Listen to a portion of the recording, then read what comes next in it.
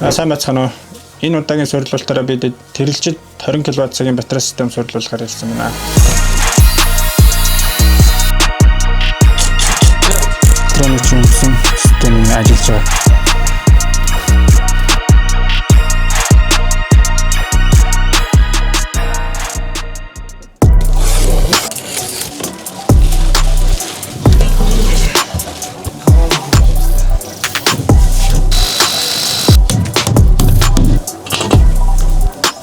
Жарин киловатт буюу ухаалаг самбарын маань суур.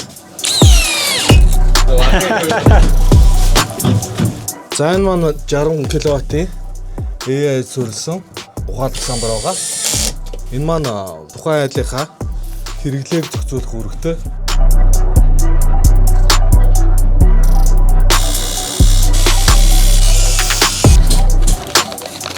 За энэ маань болохоор 20 кВт батарейны суур.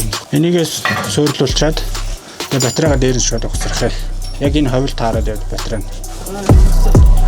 За. Жохо өрлөгөд авчих. За.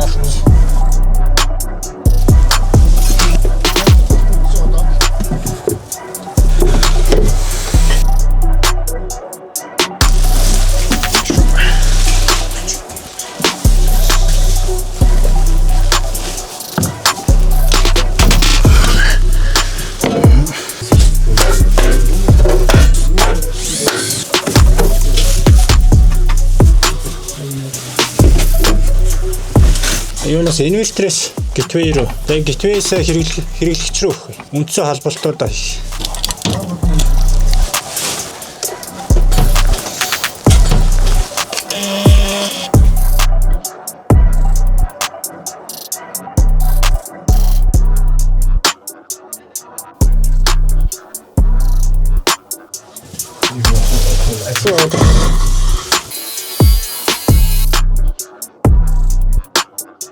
За одоо энэ ингээд батарейны чинь үндсэн систем нэг ажиллаж байгаа.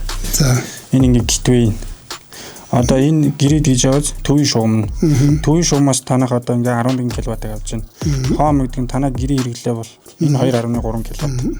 Та сүүлд нь нарны дэлгэц тавилж штэ. Тэгэх юм бол ингээд солар гэж аваад эндээс ингээд үйлдвэрлээд эхлэх байхгүй. Тэгээ та энэ аппликейшнаас бүх юм ингээд өдөртөд хараад явж болно.